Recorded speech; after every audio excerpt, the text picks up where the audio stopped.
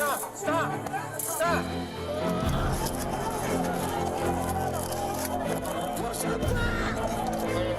stay in there, buddy. Mike, it's Jimmy. I'm here.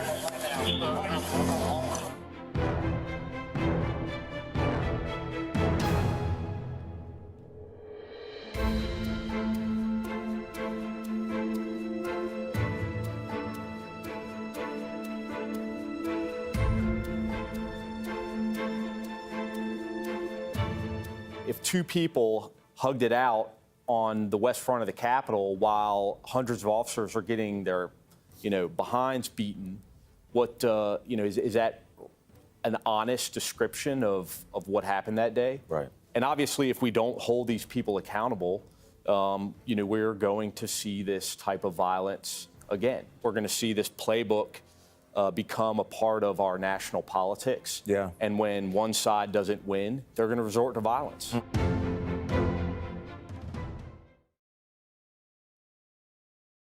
Good afternoon and welcome to the Capehart podcast on Washington Post Live. I am Jonathan Capehart, Associate Editor at the Washington Post. On January 6, 2021, more than 850 Metropolitan Police officers raced to the U.S. Capitol to defend it against the mob instigated by Donald Trump. One of those officers was Michael Fanone, and what he endured was barbaric. We all watched it happen live on television, but in his new book, Hold the Line, The Insurrection and One Cop's Battle for America's Soul, Officer Fanone takes us back to that day through his painful experience and perspective as a longtime D.C. cop. In this job, I get to talk to a lot of people, but I rarely get to talk to a genuine hero. Officer Fanone, it is my honor to welcome you to Washington Post Live. Yeah, thank you for having me. I appreciate you guys put me on and let me talk about this. Well, before we talk about your book, I want to talk about you. How are you?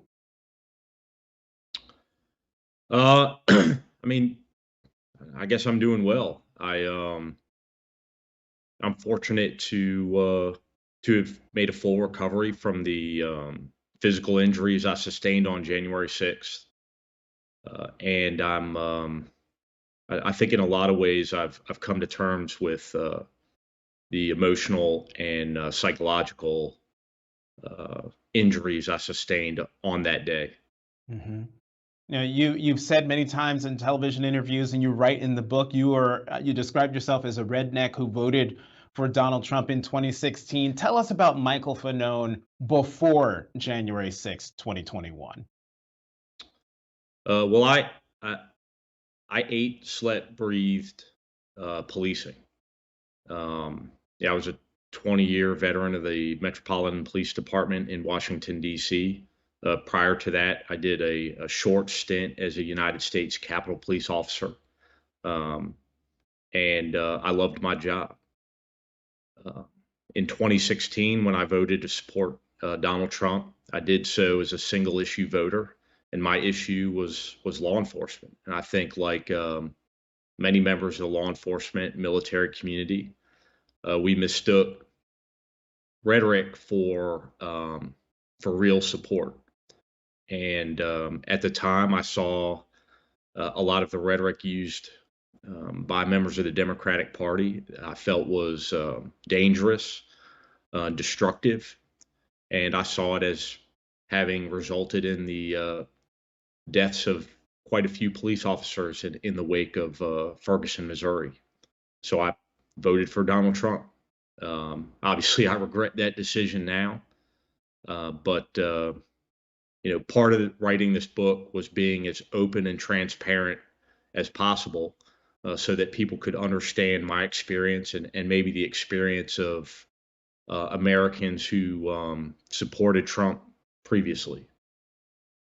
And I want to get into more about January 6th, but what I found really super interesting was how you wrote about your career as a police officer. Your nickname, you got the nickname Spider-Man, not just because of the spider web tattoo that comes up on your neck, I think you wrote in the book, but also because you were known for jumping out of trees. and doing all sorts of things to get the perp, to get the bad guy. Talk about those years. You said you lived and breathed policing. You really loved that job. Yeah, I mean, listen, I joined the U.S. Capitol Police just after 9/11. I think, like many Americans, I felt a call to serve in the wake of the terrorist attacks in Washington, D.C., and also in New York. I quickly realized that U.S. Capitol Police was not the job for me. And so I lateraled to the Metropolitan Police Department, which, for those of you who don't know, is the traditional law enforcement agency in Washington, D.C.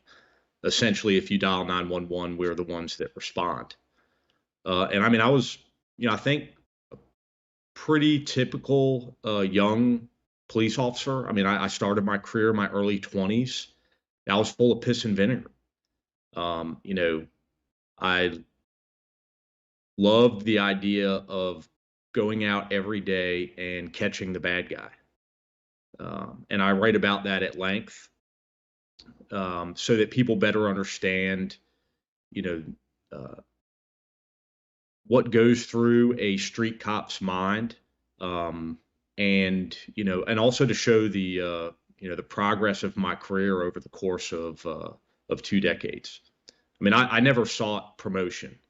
I just wanted to be a street cop, and I'm fortunate to have had 20 years doing what I loved. Hmm. And one of the people you credit, you dedicate an entire chapter to her, and that is Leslie. And I want to read how you start out that chapter. You write, "On the surface, Leslie Perkins and I could not have been less alike. I was a healthy, fit white cop in his mid-20s from the suburbs. She was a black transgender sex worker, a 50-year-old woman raised in extreme poverty and addicted to crack cocaine. Leslie stood nearly 6 feet tall with brown eyes, a black wig, and the build of a linebacker." And you go on to write, "When I went undercover, I trusted her with my life. Leslie helped me with hundreds of arrests in her own way. She was an unsung community activist improving her neighborhood." I just told folks a little bit about Leslie through your writing. Talk about how important she was to you and what you learned from her. I mean, listen, I was a white kid from the suburbs, like you said, coming into inner city policing. I had no idea what the black experience in America was like, and I certainly had no idea what it was like to live at or beneath the poverty line. Now I've been pretty close in my life, but the idea of having to fight every single day just to survive was very foreign to me. And also living in these neighborhoods where I was policing, in which individuals are in fear for their lives 24/7. Violence is rampant, drugs are rampant, and what she also did was humanize a lot of things that were incredibly foreign to me. Being a transgendered person, being an African American,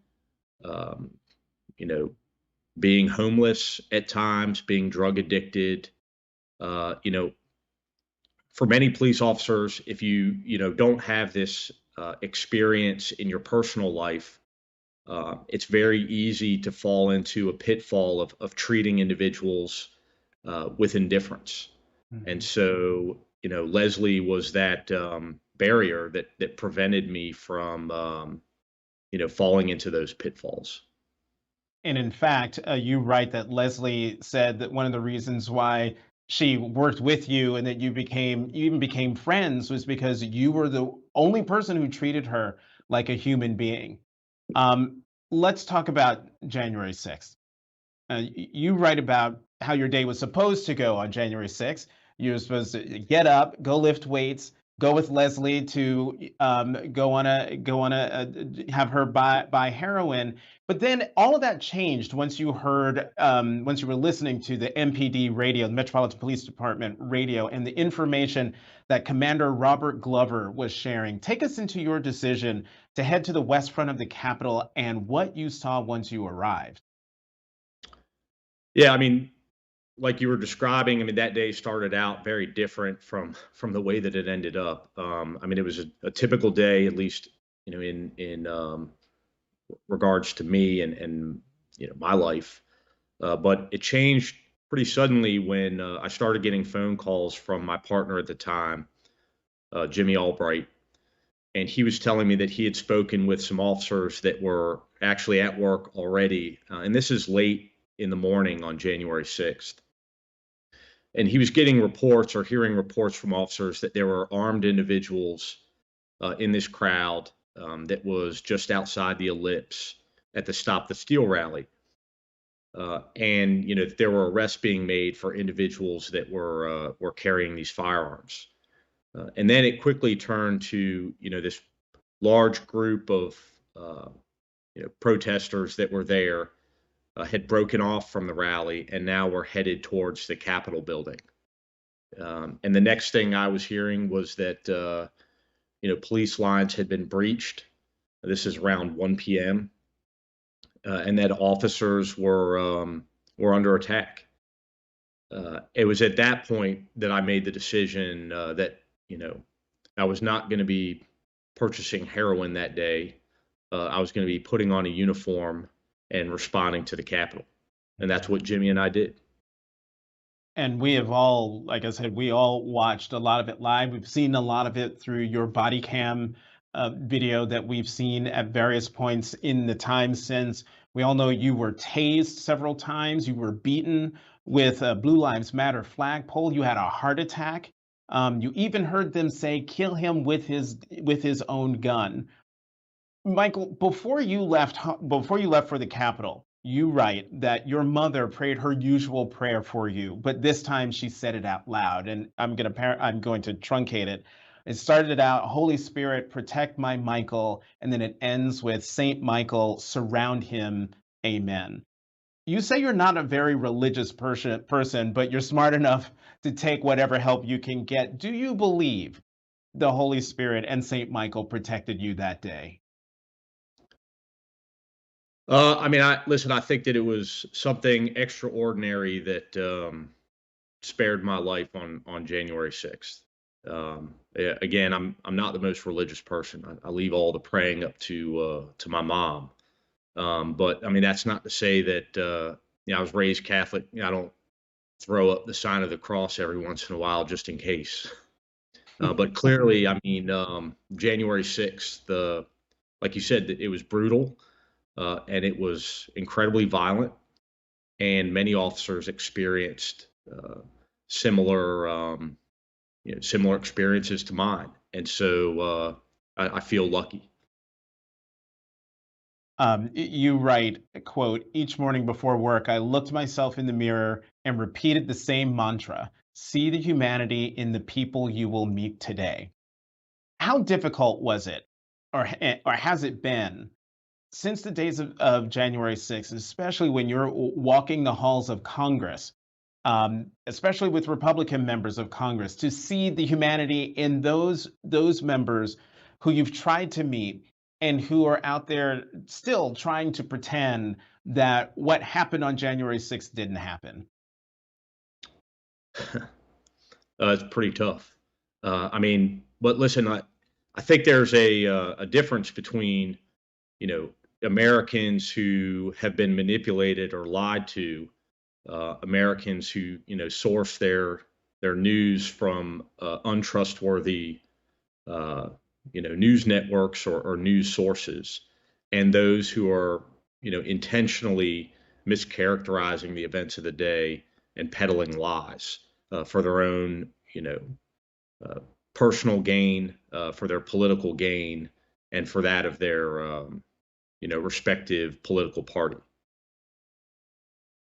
Capitol Police Officer Harry Dunn, the mother of Brian Sicknick, who died the day after the insurrection, after a lot of public pressure and public embarrassment from the speaker, you finally got a meeting with House Minority Leader Kevin McCarthy, and you recorded that meeting.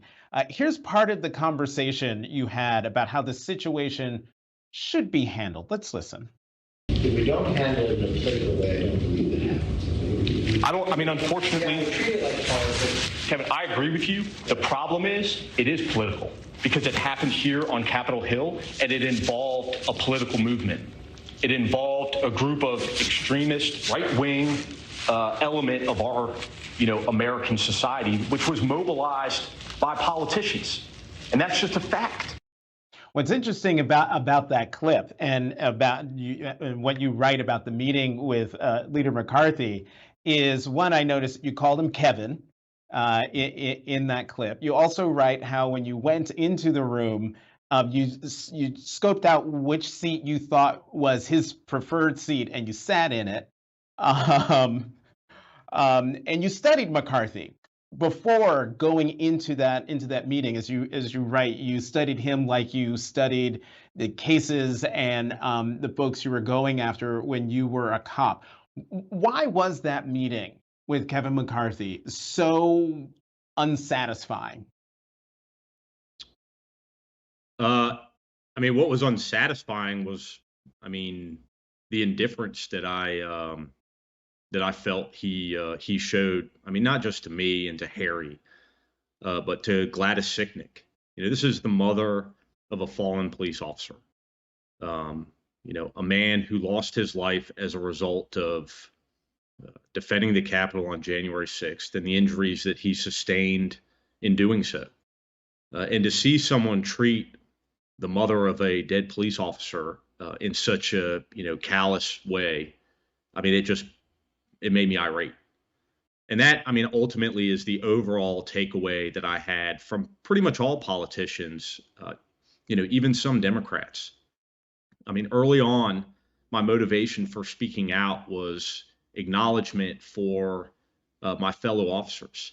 The things that I saw in the tunnel on January 6th were the most inspiring actions of my entire life, and I thought they should be acknowledged.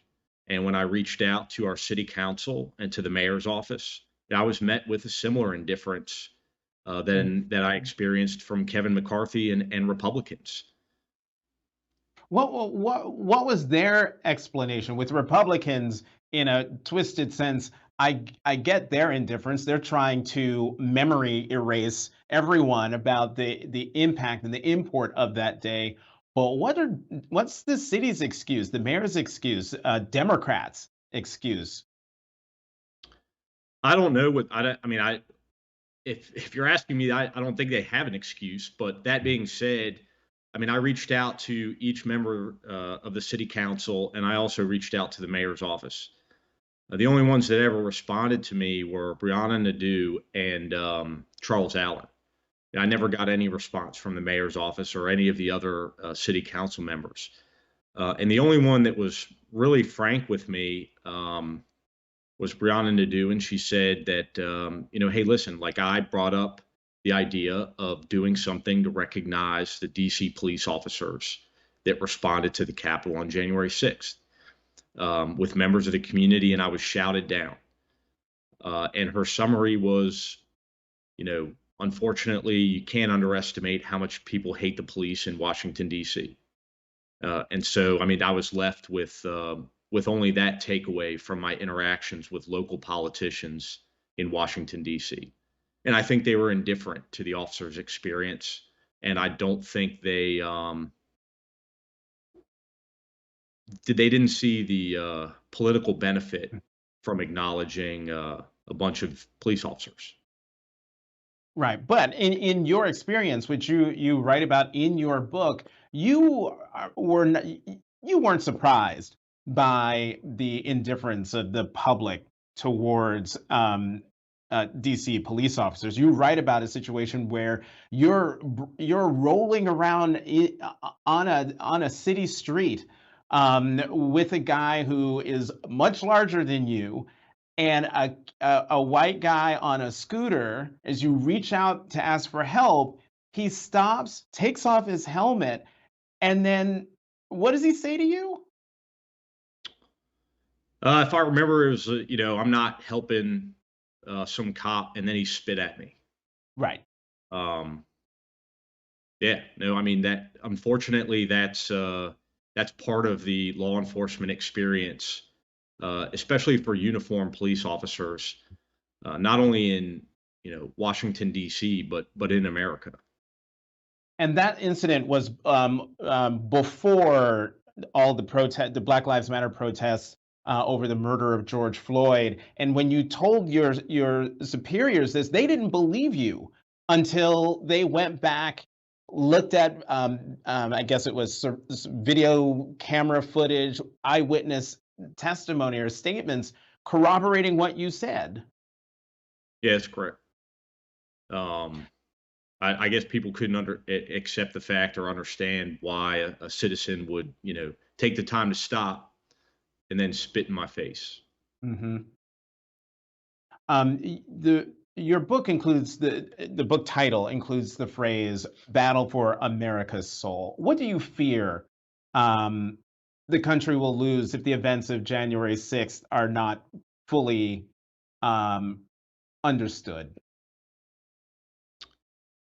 I mean, I don't think it's just understanding. I mean, at this point in the game, I feel like there's a part of America that is just never going to accept the reality of January 6th. And frankly, I don't care. What I'm looking for is accountability. I feel like if there's not accountability for those that are criminally culpable, then it's just going to become part of our political playbook. And in future elections, when politicians or political parties don't get their way, they're going to resort to violence to intimidate others. And while that's, incredibly dangerous and clearly a threat to our democracy, I think what's most dangerous is the majority of Americans that are just simply indifferent to what happened on January 6th. And in fact, I keep throwing your own words back at you from your book, but it's so compelling. You write about how a lot of folks in the country don't believe what happened on January 6th happened, including people you know. You write, so people that I've known and loved, people I still know and love, think I'm full of crap. You don't use that word. I showed them my body-worn camera footage, and they think it was created in a Hollywood studio. There are people on social media that say I'm a paid actor. You said this to Kevin McCarthy, right? Yeah. Yeah. No, I mean, listen, it's easier to fool someone than it is to convince them that they've been fooled. And I think that just Americans have a really difficult time accepting the fact that, they were lied to and ultimately bamboozled by the former president of the United States. Yeah.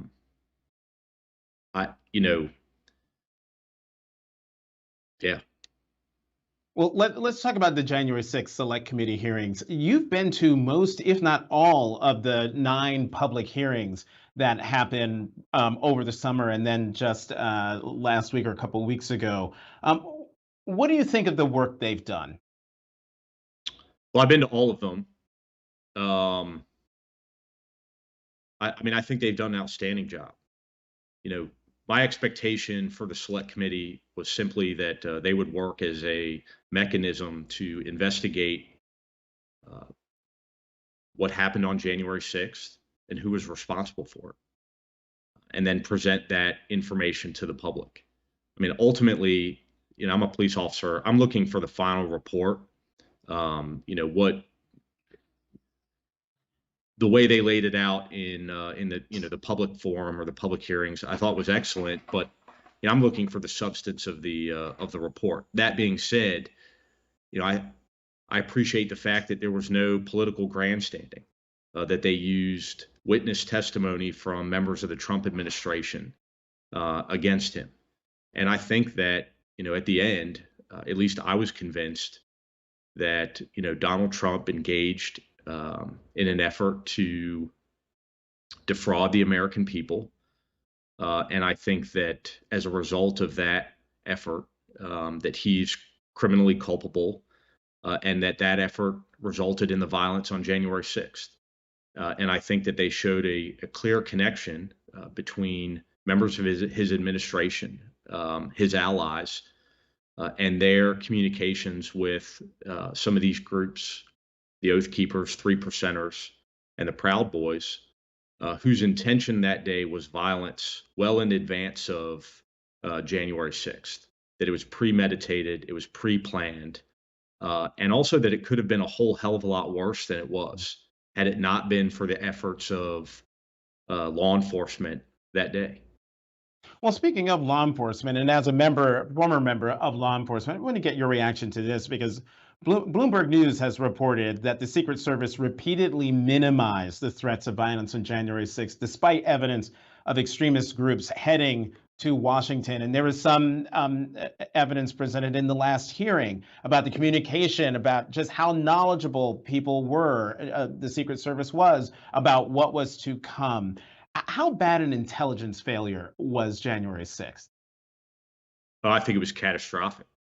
I mean, listen, I think what what the Secret Service did or did not do that day was disgraceful.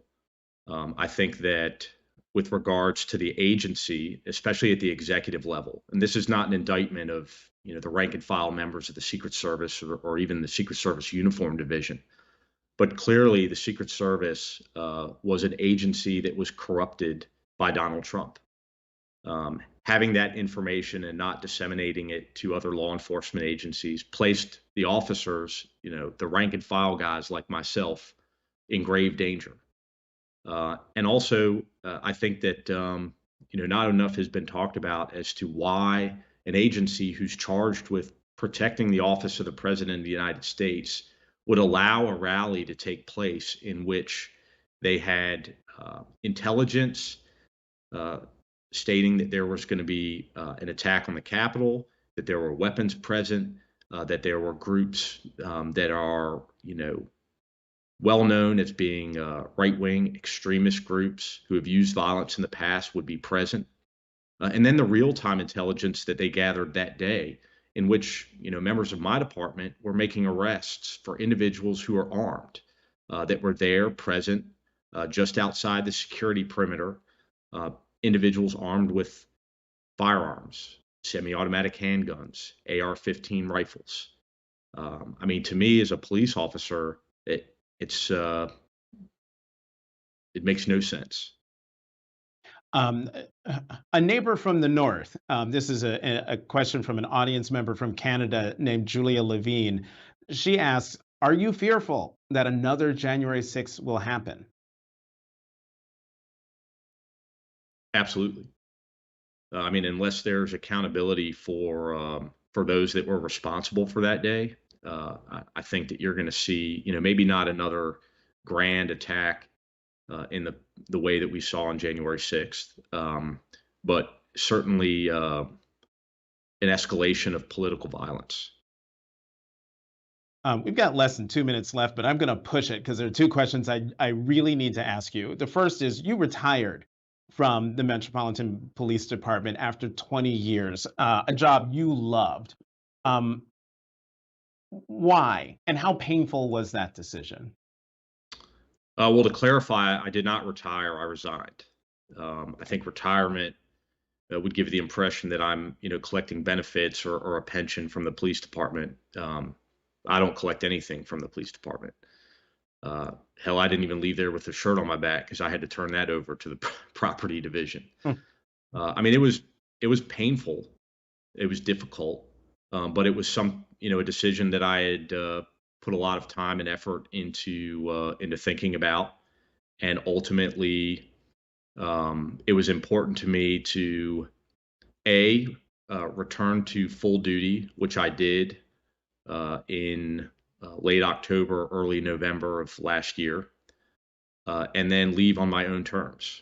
Which, I mean, if you read the book or you read the Rolling Stone article, you know exactly how I resigned. And now, since we are in overtime, this is the last question. Speaker Nancy Pelosi, who you write, still keeps in touch with you, sometimes FaceTiming you at 3 a.m. She has called you an American hero. I called you one in my intro. What goes through your mind when you hear that? How does that make you feel? I mean, I'll never think of myself that way. On January 6th, I was a police officer doing my job. My job was to respond to the Capitol. that's just plain and simple. I mean, I appreciate the gratitude that I've received from so many Americans, and with regards to the things that I've done afterwards, speaking up. I mean, I saw that as a continuation of my service on January 6th, and now that I'm no longer a police officer, um, just because I'm not a cop doesn't mean I don't, still take my oath to the Constitution seriously. And so, I'll continue to speak out until there's accountability and a moral and ethical reckoning for what led us to a Trump presidency and to what happened on January 6th. Former Metropolitan Police officer and author of Hold the Line and American hero. I am thrilled to be able to say that. You don't have to accept it, but lots of people agree with me. Michael Fanone, thank you so much for your service and for coming to Capehart on Washington Post Live. Thank you so much for having me. Thank you. And thank you for joining us. To check out what interviews we have coming up and to register, go to WashingtonPostLive.com. Once again, I'm Jonathan Capehart, Associate Editor at The Washington Post. Thank you for tuning in to Capehart on Washington Post Live.